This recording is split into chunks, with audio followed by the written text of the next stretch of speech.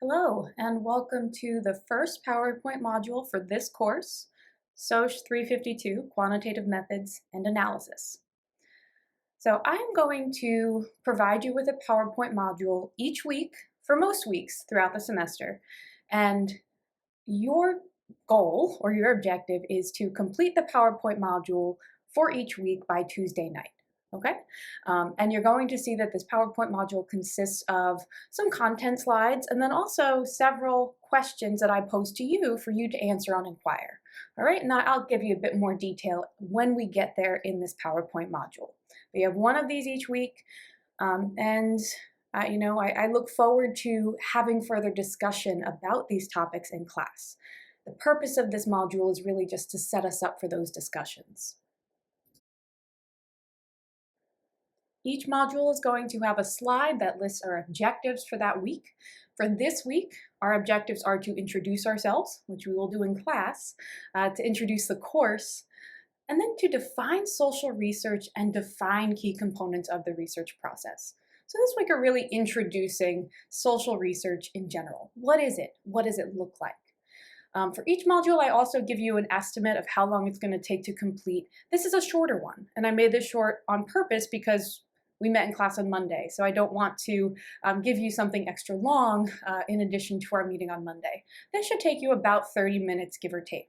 If my estimates are way off, let's say these modules are taking way longer or way shorter than the time I'm estimating, please let me know, because I don't want this to be especially burdensome, but I also want you to have a chance to spend some time with the material before we meet in class. All right?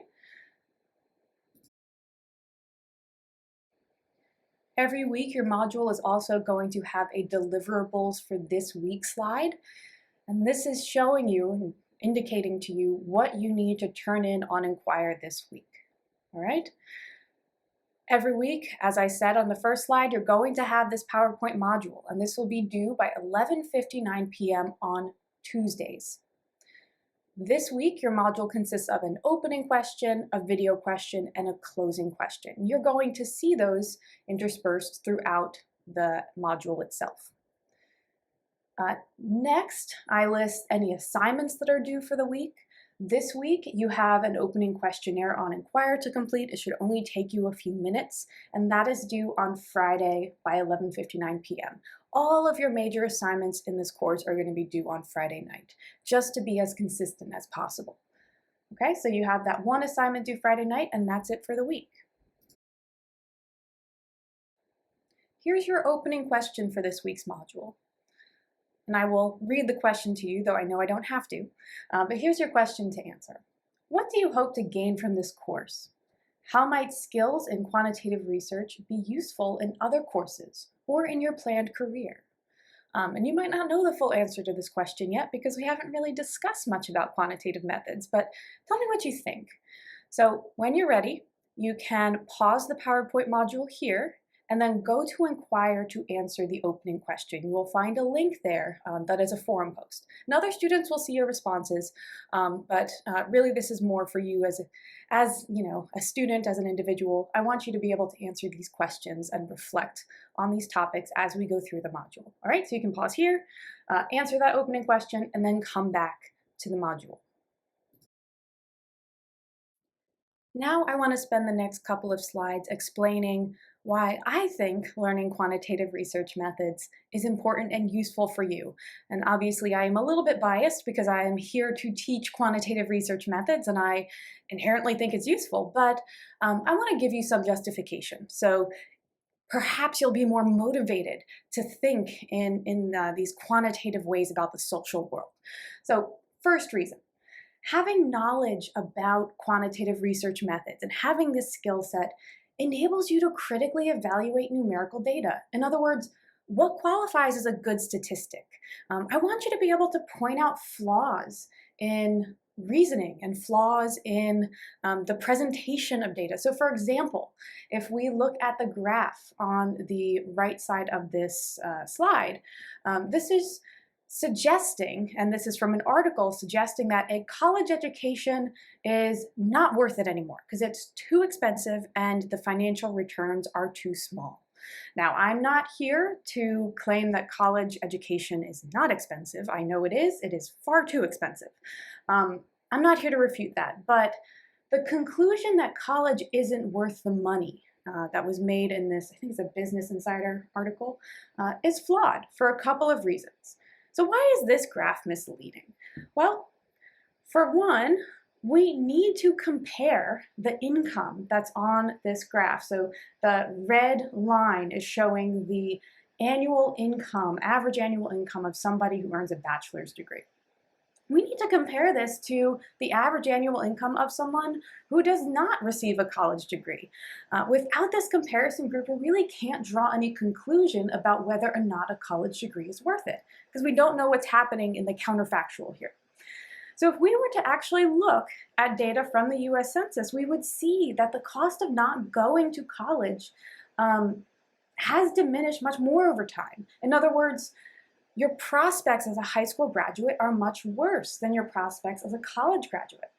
So given this, we might argue that having a college degree does pay off. Now, the other, and I think bigger issue here, or the other way in which this figure is misleading, is the data that they chose to present on the chart.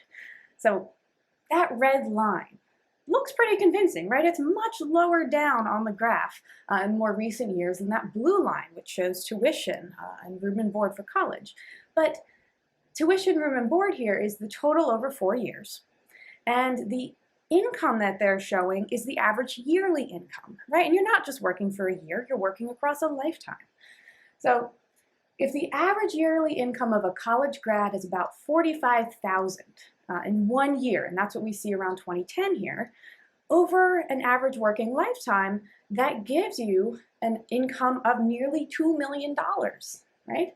It would make a lot more sense to plot lifetime earnings instead of annual earnings. So in using logic, reasoning, but also really critically evaluating how quantitative data is presented and the data that is used or selected to present, this will give you a much more critical eye when looking at quantitative information. And I want you to be able to do that throughout this course. Now, the second reason why learning quantitative research methods is important is because it's going to prepare you to develop your own quantitative research project. You're going to do this in class. You're going to select a sample. You're going to propose how you're going to collect your data. You're going to propose a research design, propose how you're going to do a quantitative analysis. And this has many connections to career tracks that I'm actually going to talk about in the next slide. So being able to do quantitative research in and of itself is also a very important skill.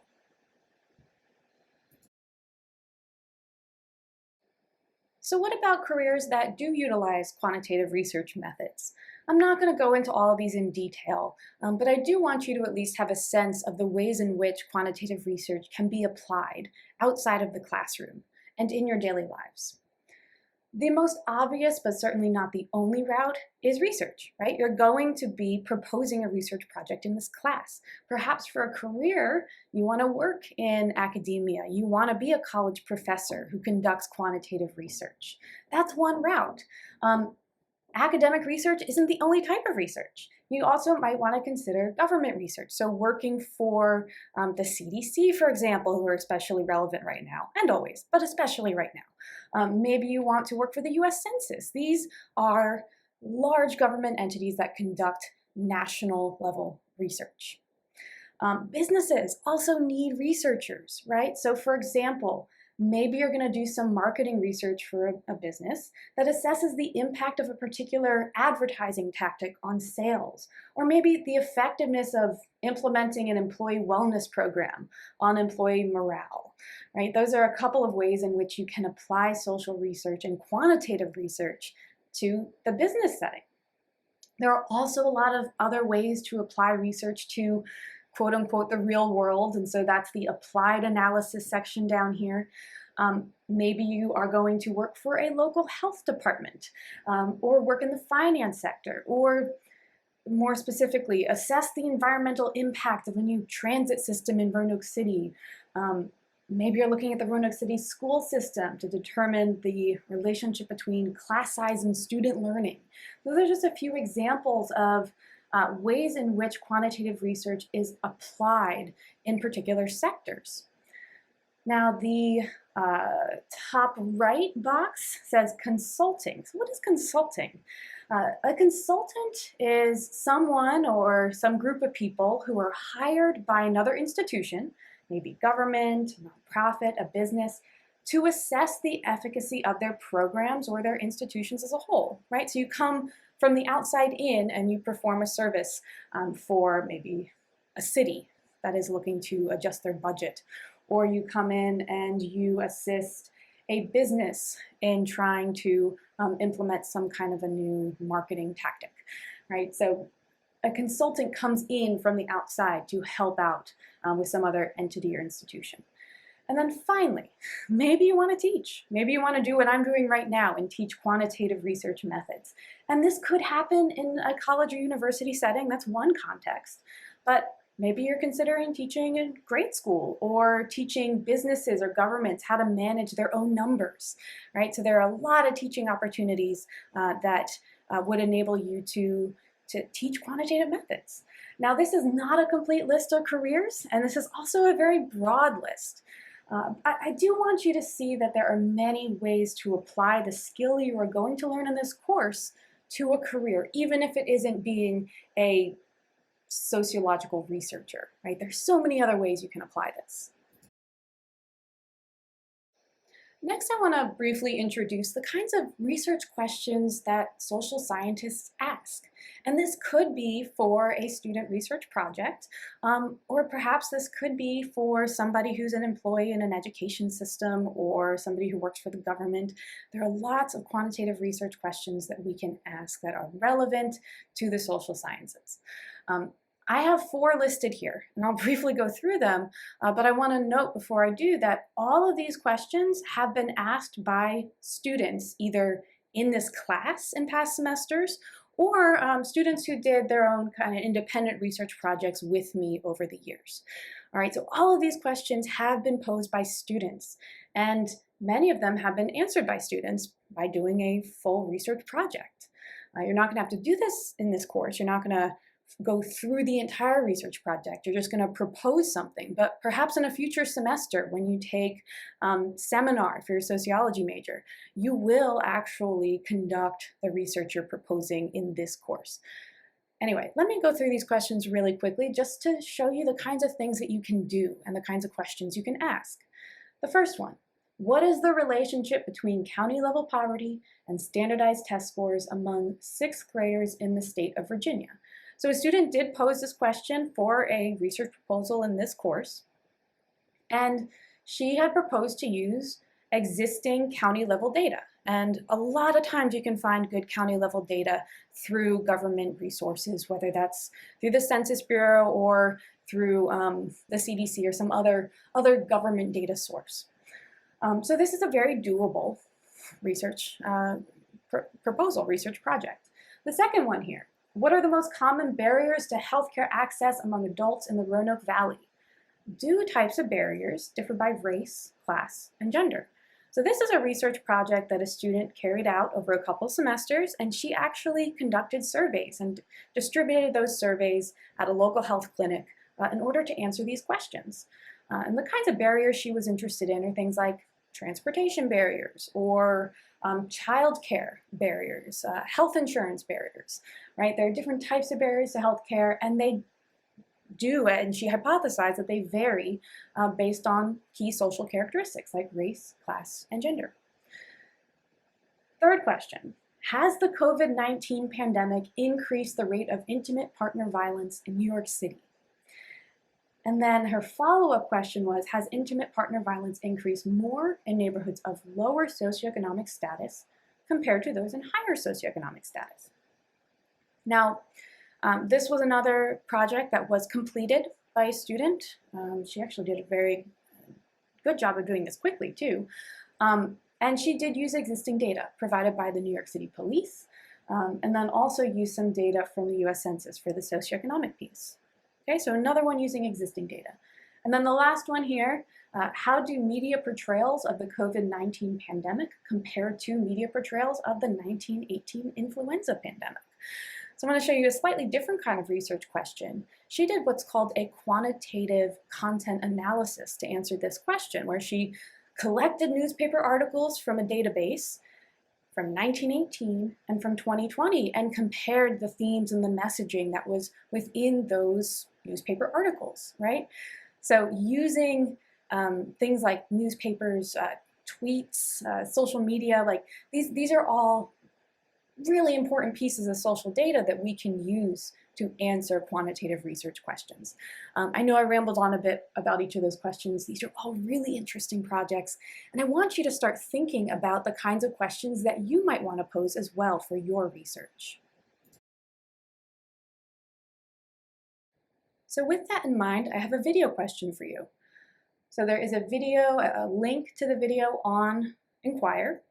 And the video is called Sociologists on Sociology. So it's a bunch of clips of sociologists, mostly in academia, I think, talking about what interests them in sociology and what kinds of questions they like to ask. Watch this video, and then after you have watched, I want you to answer the following question on Inquire.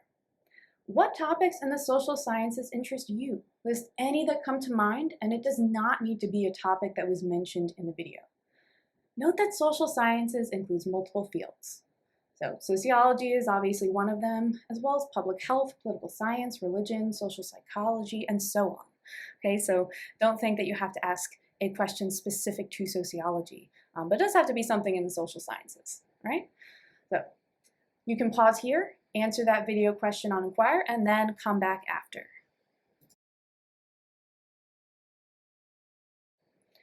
The last thing I want to mention in this module, and we will come back to this in class, are the key components of the research process. And you are going to work through these steps in your proposal, except for actually doing the data analysis, drawing conclusions. And you're not going to gather data, but you're going to propose how you do this.